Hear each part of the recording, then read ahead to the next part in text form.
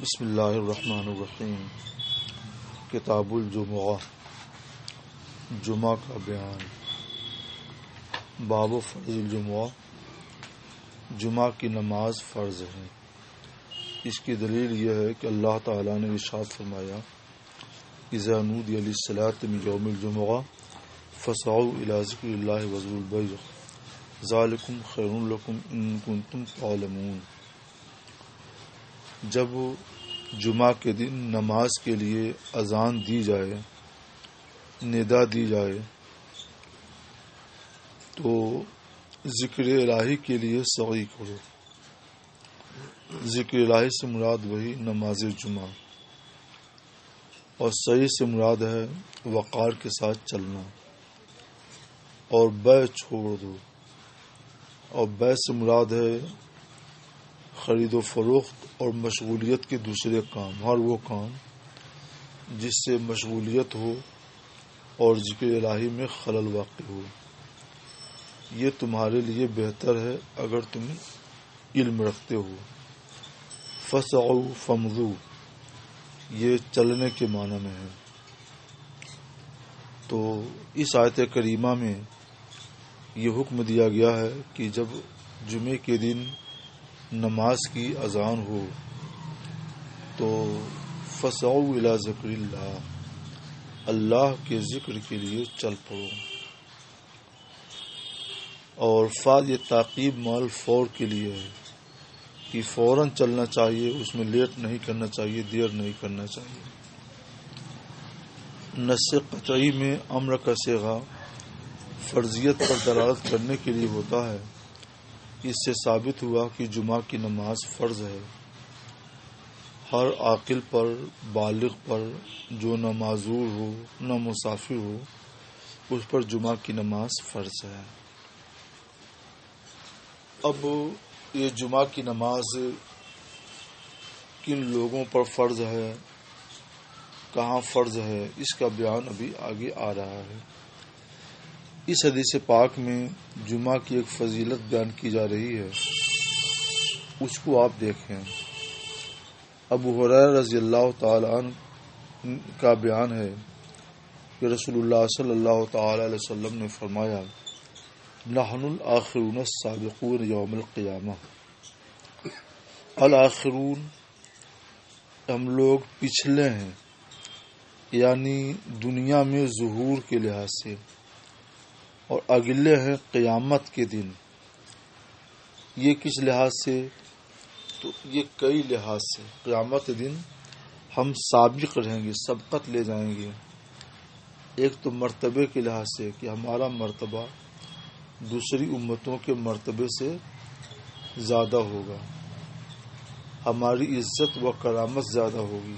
دو، تیسری یہ کہ ہم لوگوں کا حساب و کتاب اور فیصلہ یہ سب سے پہلے ہوگا۔ چوتھی یہ کہ ہم لوگ سب سے پہلے جنت میں جائیں گے۔ تو ان چار چیزوں میں ہم لوگ قیامت کے دن سارے لوگوں پر سبقت لے جائیں گے۔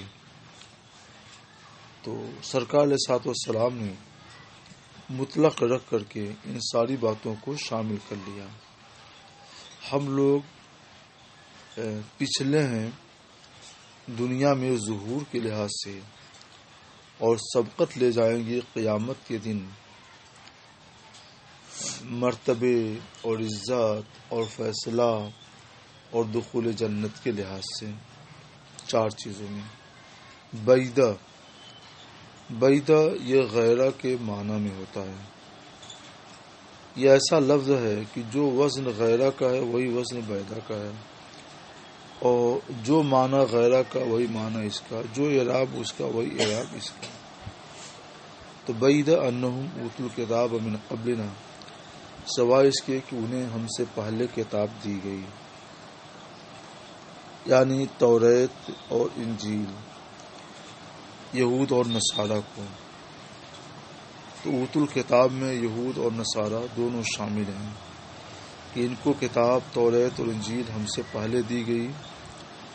ثم ھذا یومہ الذی، پھر ان کا بھی یہی دن ہے، یعنی تعظیم والا دن یہی ہے جو ان کے اوپر فرض کیا گیا تھا، یعنی ان پر بھی یہی فرض تھا حقیقت میں کہ جمعے کی دن کی تعظیم کریں اور اس دن سب لوگ اکٹھا ہو کر اللہ کی عبادت کریں، مگر جمعے کے دن کا نام لے کر اس کو فرض نہیں بتایا گیا تھا، بلکہ ان کے اجتہاد کے حوالے کر دیا گیا تھا۔ تو اب ان میں یہود نے یہ دیکھا کہ اللہ تعالی شنیچر کے دن دنیا سے کی تخلیق سے اللہ نے شنیچر کے دن دنیا کی تخلیق فائنل کی، لہذا شنیچر کو عبادت کے لیے جمع ہونا چاہیے۔ اور نصارہ نے یہ غور کیا کہ دنیا کی تخلیق اللہ نے اتوار کو شروع کی تھی، تو ان لوگوں نے یہ فیصلہ کیا کہ ہم کو اتوار کو عبادت کرنا چاہیے، مگر وہ دنیا کی تخلیق اور دنیا کی تکمیل کا معاملہ تھا۔ انسانوں کی جو تخلیق ہوئی ہے وہ جمعے کی دن ہوئی ہے، اور انسانوں کو اللہ تعالیٰ نے اپنی عبادت کے لیے ہی پیدا کیا۔ تو اس لیے یہ معلوم ہوا اجتہاد کے روح سے بھی، اجتہاد صحیح کے روح سے بھی، کہ جمعے کے دن ہی عبادت کے لیے سب کو اکٹھا ہونا چاہیے۔ وما خلقت الجن والانس الا لیعبدون، اللہ نے فرمایا کہ ہم نے جن اور انس کو اپنی عبادت کے لیے پیدا فرمایا، اور یہ تخلیق جمعہ کے دن ہوئی، لہذا جمعہ کے دن سب کو جمع ہو کر عبادت کرنا چاہیے۔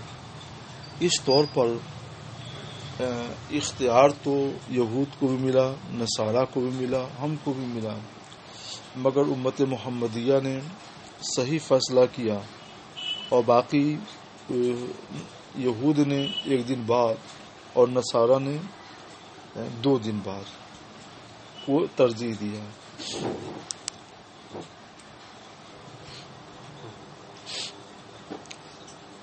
ثم ھذا، پھر ان کا بھی دن یہی ہے، یعنی یوم جمعہ ہی ہے جو ان پر فرض کیا گیا، یعنی جس میں عبادت ان پر فرض کی گئی، تو انہوں نے آپس میں اختلاف کر لیا، اور اللہ نے ہم کو اس دن کی ہدایت دے دی، تو یہ لوگ اس میں ہمارے تابع ہیں۔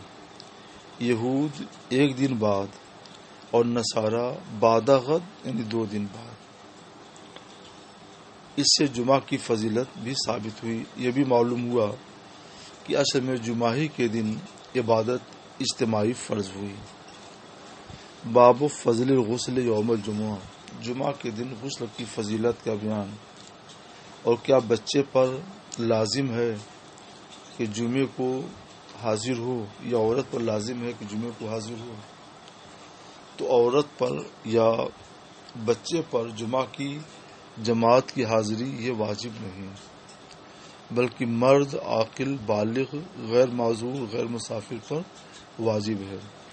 اور جن پر جمعہ فرض ہے، واجب ہونا فرض ہے، اور جن پر جمعہ فرض ہے انہی کو یہ حکم ہے کہ وہ غسل کریں۔ غسل ان کے نزدیک، غسل ان کے لیے سنت ہے۔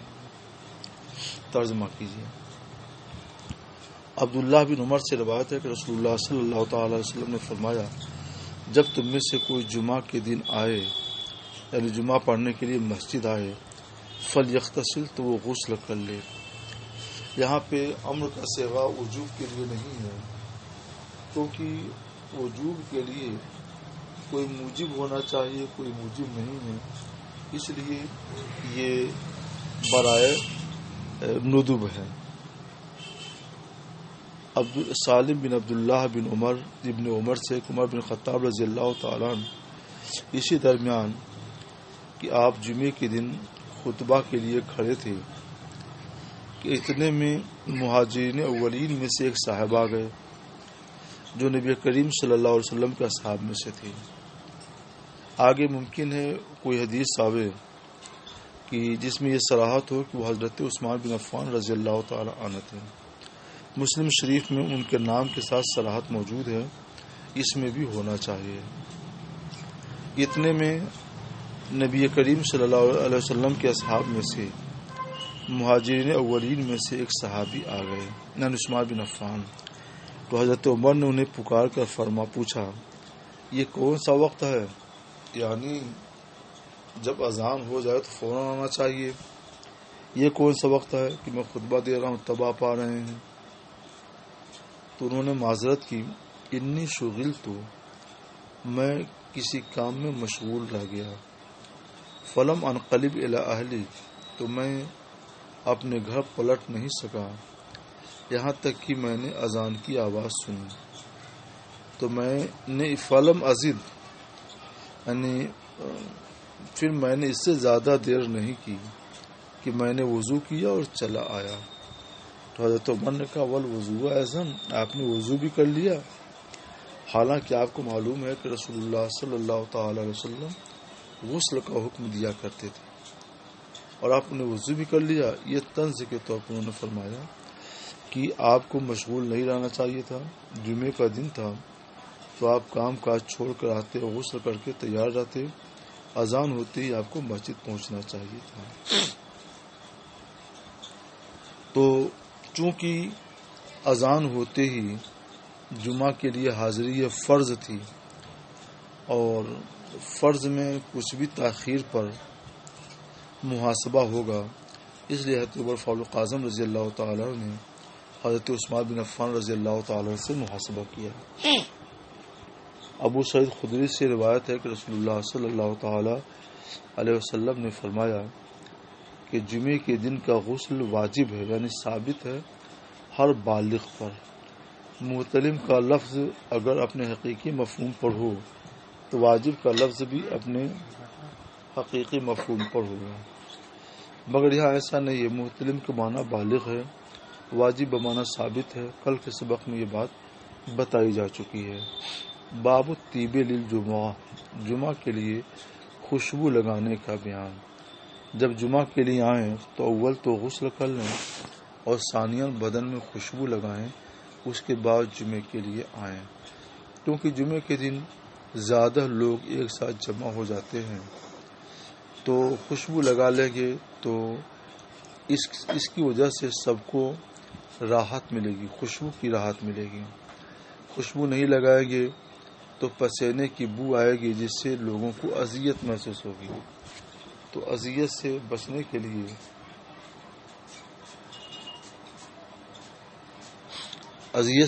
کے لیے اور لوگوں کی قلبی راحت کے لیے یہ مستحب ہے کہ خوشبو لگا کر آئیں. عمرو بن سلیم انصاری کہتے ہیں کہ میں ابو سعید خدری پر گواہی دیتا ہوں کہ انہوں نے فرمایا کہ میں رسول اللہ صلی اللہ علیہ وسلم کے بارے میں گواہی دیتا ہوں کہ آپ نے فرمایا کہ جمعے کے دن کا غسل ہر بالغ پر ثابت ہے، اور وہ یستن، اور یہ کہ وہ مسواک کرے.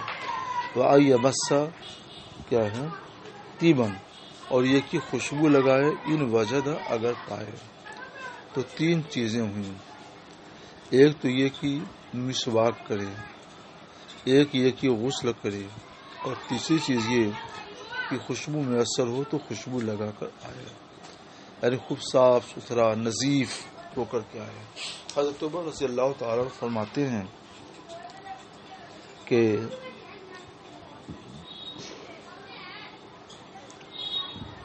عمل غسل کے بارے میں تو میں گواہی دیتا ہوں کہ یہ ثابت ہے، یعنی یہ سنت ہے. رہ گیا مسئلہ مسواک کرنے اور خوشبو لگانے کا، اللہ خوب جانتا ہے کہ یہ سنت ہے یا نہیں. تو ولیکن فی حاضر حدیث، لیکن اس حدیث میں ہے، اس حدیث میں تو یہ ہے. ابو عبداللہ کہتے ہیں اچھا بس یہ بات ختم ہو گئی. تو جب حدیث پاک سے ثابت ہے تینوں چیزیں، تو غسل سنت ہے، مسواک کرنا بھی سنت ہے، اور خوشبو لگانا یہ مستحب ہے. باب فضل الجمعہ، جمعہ کی فضیلت کا بیان. اس میں یہ بیان کیا گیا ہے کہ جمعہ کے لیے جلدی کرنا چاہیے، تو جو جتنی جلد پہنچے گا جمعے کے لیے اس کو اتنی ہی زیادہ ثواب ملے گا۔ ابو ہریرہ سے روایت ہے کہ رسول اللہ صلی اللہ علیہ وسلم نے فرمایا، من اغتسل یوم الجمعۃ غسل جنابہ، جس نے جمعہ کے دن غسل جنابت کیا، ثم راح، پھر سفر کیا، رواح کہتے ہیں زوال آفتاب کے بعد چلنے اور سفر کرنے کو، فکأنما قرب بدنۃ، قرب معنی تصدق للقربہ یا تصدق قربتاً، تو گویا اس نے ایک بڑے جانور کو صدقہ کیا، اور جس نے دوسری ساتھ میں سفر کیا جمعہ کے لیے تو گویا اس نے بقرہ کا تصدق کیا، بدنہ کے معنی اونٹ ہے، اور جس نے تیسری ساتھ میں سفر کیا جمعہ کے لیے تو گویا اس نے سینگ والا میڈھا تصدق کیا۔ سینگ والا اس لیے کہا کہ میڈھے میں جب سینگ ہوتی ہے تو وہ خوبصورت لگتا ہے اور اس کی خلقت اس میں تام اور اچھی لگتی ہے، اور جس نے چوتھی ساتھ میں سفر کیا جمعے کے لیے تو گویا کہ اس نے مرغ کا صدقہ کیا، اور جس نے پانچویں ساتھ میں سفر کیا تو گویا اس نے انڈا تصدق کیا۔ فضا خارج الامام، لہذا جب امام نکل آئے خطبہ کے لیے، پھر جب امام خطبے کے لیے نکل آتا ہے تو حضرت الملائکہ، فرشتے حاضر ہو کر کے ذکر سنتے ہیں، یعنی خطبہ سنتے ہیں۔ اس کا مطلب کیا ہوا کہ جو لوگ یہ الگ الگ گھڑی میں آتے ہیں تو فرشتے ان سب لوگوں کا نام الگ الگ گھڑی کے لحاظ سے نوٹ کرتے جاتے ہیں اور ان کا ثواب بھی درج ہوتا جاتا ہے، اور جب امام خطبے کے لیے نکلتا ہے تو یہ اپنے صحیفے لپیٹ کر کے اور مسجد کے اندر آ جاتے ہیں اور ذکر الہی سنتے ہیں۔ اب جو باقی لوگ آئے تو ان کا کوئی حساب کتاب نہیں ہوتا۔ اس سے یہ معلوم ہوا کہ جمعے کے لیے جلد جانا چاہیے۔ ابو ہریرہ سے روایت ہے کہ عمر بن خطاب رضی اللہ تعالیٰ عنہ اسی درمیان کہ آپ جمعے کے دن خطبہ دے رہے تھے۔ اب یہ وہی حدیث ہے کہ اس دخل رجل، میں الفاظ پڑھ دیتا ہوں، عثمان بن عفان والی حدیث ہے۔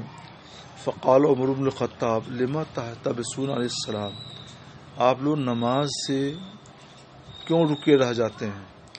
فقال الرجل ما هو الا ان سمعت النداء توضأت، فقال الم تسمعوا النبي صلی اللہ علیہ وسلم قال اذا راح احدكم الى الجمعہ فليغتسل، آپ وضو کر کے آئے، ہاں سرکار نے تو غسل کا حکم دیا ہے۔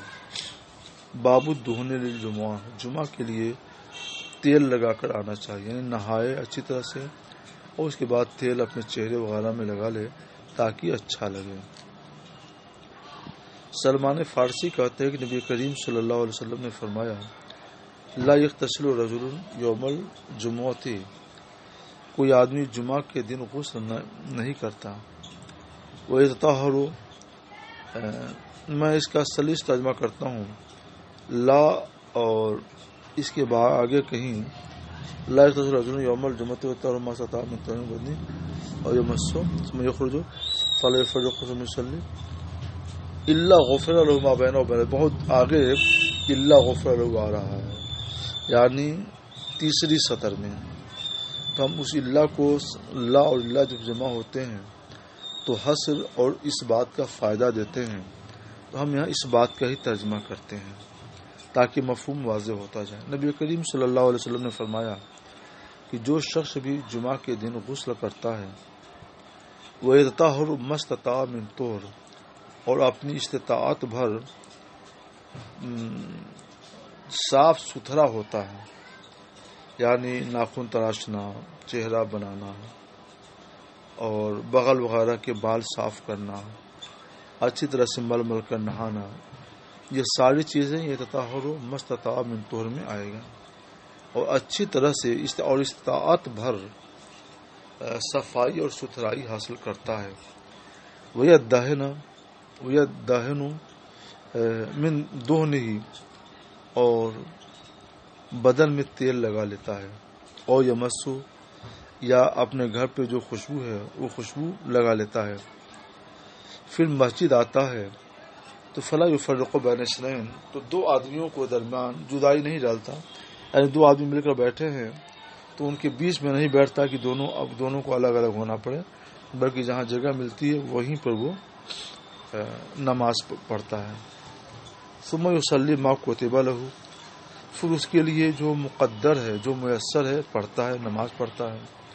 مطلب یہ کہ 2 رکعت تحیۃ المسجد اور 4 رکعت سنت، یہ یصلی ما کتب لہ میں آتا ہے۔ پھر خاموش رہتا ہے جب امام کلام کرتا ہے، جب امام خطبہ دیتا ہے تو اس وقت خاموش رہتا ہے۔ تو اتنی قیدوں کے بعد کیا اس کا حکم ہے؟ جو آدمی ایسا ایسا ایسا ایسا ایسا کرتا ہے تو اس کی فضیلت کیا ہے؟ غفر لہ، تو اس کے وہ سارے گناہ بخش دیے جاتے ہیں جو ایک جمعہ سے لے کر دوسرے جمعہ کے درمیان ہوئے ہوتے ہیں، اس سے ایک ہفتے کے سارے گناہ اللہ تعالیٰ اس کے بخش دیتا ہے۔ اور مراد گناہ سے گناہ صغائر ہی ہیں، اور گناہ صغائر نہیں ہوتے ہیں تو اللہ تبارک و تعالیٰ اس کا مرتبہ بلند کر دیتا ہے۔ اس لیے معلوم ہوا کہ جمعہ کے دن بہت اچھی طرح سے صفائی ستھرائی کر کے، غسل کر کے، خوشبو تیل لگا کر، اچھے کپڑے پہن کر مسجد آنا چاہیے، اور 2 آدمی سٹ کر بیٹھے ہوں تو ان کو ہٹا کے بیچ میں نہیں بیٹھنا چاہیے، جہاں جگہ ملے وہیں نماز پڑھ لیں۔ اور امام جب خطبہ دے تو بولنا نہیں چاہیے، خاموشی کے ساتھ سننا چاہیے۔ طاؤس کہتے ہیں میں نے ابن عباس رضی اللہ تعالیٰ عنہ سے پوچھا کہ ذکر لوگ بیان کرتے ہیں نبی کریم صلی اللہ علیہ وسلم نے فرمایا اغتسلوا یوم الجمعہ، جمعہ کے دن غسل کر لو اور اپنے سروں کو دھو لیا کرو، اگرچہ تم جنوبی نہ ہو تو بھی اپنے سروں کو دھو لیا کرو، وَأَسِيبُوا مِنَ الطِّيبِ، اور خوشبو لگا لیا کرو۔ تو ابن عباس فرماتے ہیں کہ جہاں تک غسل کا سوال ہے فنام، تو حکم یہی ہے، وَأَمَّا الطِّيبُ، رہ گیا مسئلہ خوشبو کا، فلا ادری، تو اس کے بارے میں مجھے معلوم نہیں۔ یہاں سے معلوم ہوا کہ جس کا حکم معلوم ہو تو اسے بتانا چاہیے، اور جس کے بارے میں نہ معلوم ہو تو لا ادری کہہ دینا چاہیے۔ اس کے بعد والی حدیث میں بھی یہی چیز ہے۔ باب ما یلبس احسن ما یجد، جمعہ کے دن سب سے اچھا لباس پہنے جو پائے، سب سے اچھا لباس جو پائے، جو میسر ہو وہ لباس پہنے۔ بڑی اہم حدیث آ رہی ہے۔ عبداللہ بن عمر کا بیان ہے کہ عمر بن خطاب رضی اللہ تعالیٰ عنہ نے ایک حلہ دیکھا، سیارہ ریشمی حلہ۔ سیارہ کہتے ہیں ریشم کے ایسے کپڑے کو جس میں ریشم ملا کر بنا گیا ہو، کیونکہ ریشم زیادہ ہوتا ہے اس لیے اس کو ریشمی کہتے ہیں۔ حلہ کی تشریح میں اس سے پہلے کر چکا ہوں کہ یہ حلہ یہ 2 چادریں ہیں، ایک چادر کو لنگی کے طور پر پہنتے تھے اور ایک چادر کو کندھے سے یا بڑی ہوتی تھی تو سر سے اوڑھ لیتے تھے۔ ان 2 چادروں کو وہ حلہ کہتے تھے۔ تو حضرت عمر بن خطاب رضی اللہ تعالیٰ عنہ نے ایک ریشمی حلہ دیکھا، ایک ریشمی جوڑا دیکھا مسجد کے دروازے کے پاس، یعنی وہ کوئی شخص بیچ رہا تھا۔ عرض کی یا رسول اللہ لو اشتریت ھذا، کاش کہ آپ اس کو خرید لیتے تاکہ آپ اس کو جمعہ کے دن پہنتے، وللوفد، اور للقاء الوفد، اور وفد سے ملاقات کے لیے پہنتے جب وہ آپ کے پاس آتے۔ اس سے معلوم ہوا کہ کوئی وفد ملاقات کے لیے آئے تو ان کے پاس اچھا کپڑا پہن کر جانا چاہیے۔ یہ بھی معلوم ہوا کہ جمعہ کے دن اچھا لباس پہن کر جانا چاہیے، اسی لیے عمر فاروق اعظم نے یہ مشورہ دیا۔ تو رسول اللہ صلی اللہ تعالی علیہ وسلم نے ارشاد فرمایا کہ انما یلبس ھذہ من لا خلاق له فی الآخرہ، یہ ریشم کا حلہ تو وہ پہنتا ہے جس کے لیے آخرت میں کوئی حصہ نہیں. یعنی ریشم کا حلہ یا ریشم کا کپڑا مردوں کے لیے پہننا حرام ہے، عورتوں کے لیے حلال اور مردوں کے لیے حرام. تو اگر مرد اس کو دنیا میں پہن لیں گے تو آخرت میں پھر ان کو ریشم کا کپڑا پہننے کو نہیں ملے گا، لہذا اور وہ اس سے محروم رہیں گے. اس لیے سرکار نے فرمایا کہ اسے تو وہ لوگ پہنتے ہیں جن کا آخرت میں ریشم میں کوئی حصہ ہی نہیں ہے، وہ ایسے رہ جائیں گے. ہم نے آخرت کے لیے بچا رکھا. پھر رسول اللہ صلی اللہ علیہ وسلم، یہ پھر ثم جو ہے تراخی کے لیے آتا ہے، یعنی پھر کچھ دنوں کے بعد رسول اللہ صلی اللہ تعالی علیہ وسلم کے پاس انہی میں سے، یعنی وہی ریشمی حلل یا حلہ کی جمع ہے، پھر رسول اللہ صلی اللہ علیہ وسلم کی خدمت میں ریشمی حلے آئے، من السیرا، ریشمی حلے آئے. تو آپ نے ان میں سے ایک حلہ حضرت عمر بن خطاب کو عطا کر دیا. انہوں نے عرض کی یا رسول اللہ، حضرت عمر نے عرض کی یا رسول اللہ، کسو تنیہا، کسوتا کے آسمان تو پہنانے کے ہیں، مگر مراد یہاں پر آتا ہے تنیہا کے ہیں، کیونکہ سرکار نے پہنایا نہیں تھا، عطا کیا تھا. یا رسول اللہ آپ نے مجھے عطا کیا، حالانکہ آپ نے حلہ اتارد کے بارے میں فرمایا تھا، ریشمی حلہ کے بارے میں حلہ اتارد نام کا ایک شخص یہ ریشمی حلے بناتا اور بیچتا تھا، اس لیے اس کو حلہ اتارد کہتے ہیں. تو مراد وہی ریشمی ہے. حالانکہ آپ نے ریشمی حلے کے بارے میں فرمایا تھا، یعنی آپ نے تم سے یہ فرمایا تھا کہ انما یلبس ھذی من لا خلاق له فی الاخرہ، اور سرکار آپ مجھے خود اس کو عطا کر رہے ہیں. تو رسول اللہ صلی اللہ علیہ وسلم نے فرمایا انی لم اکسوکھا، میں نے تمہیں پہنایا تو نہیں، انی لم اکسوکھا یعنی لم اوتھا، میں تمہیں اس لیے نہیں عطا کیا ہے کہ لتلبسھا، تاکہ تم اس کو پہنو، پہننے کے لیے میں نے نہیں دیا ہے، بلکہ تم کو مالک بنا دیا کہ اسے تم اور طریقے سے فائدہ اٹھاؤ. مثلا کسی کو ہبہ کرنا چاہو تو ہبہ کر سکتے ہو، بیچنا چاہو تو بیچ سکتے ہو، یہ سب کام کر سکتے ہو. تو حضرت عمر بن خطاب رضی اللہ تعالیٰ نے اپنے ایک مشرک بھائی کو جو مکہ میں رہتے تھے وہ ریشمی حلہ عطا کر دیا کہ یہ تم لوگ پہنو، کیونکہ تمہارے لیے کوئی بات نہیں ہے اور ہم مسلمان ہیں تو ہمارے لیے یہ جائز نہیں ہے، تو ہم نہیں پہنیں گے، تم مسلمان نہیں ہو تم پہن سکتے ہو. تو ان کو دے دیا اپنے بھائی کو، حضرت عمر بن خطاب رضی اللہ تعالیٰ عنہ. اس سے یہ معلوم ہوا کہ جو فروعی احکام ہیں ان میں صرف مومنین ہی مخاطب ہیں شریعت کے، اور جو غیر مومن ہیں وہ احکام شرع کے مخاطب نہیں ہیں. باب السواک یوم الجمعہ. اچھا، یہاں سے ایک مسئلہ اور بھی معلوم ہوا کہ اگر کوئی مسلمان کے لیے چاندی پہننا، سونا پہننا، اس کا زیور یا اس کی انگوٹھی وغیرہ یا اس کی زنجیر پہننا ناجائز ہے، لیکن اگر کوئی خرید کر وقت حاجت کے لیے رکھے کہ کبھی وقت حاجت میں ہم اس کو بیچ دیں گے تو یہ اس کے لیے جائز ہے. پہننا ناجائز ہے، اس کا مالک بننا ناجائز نہیں.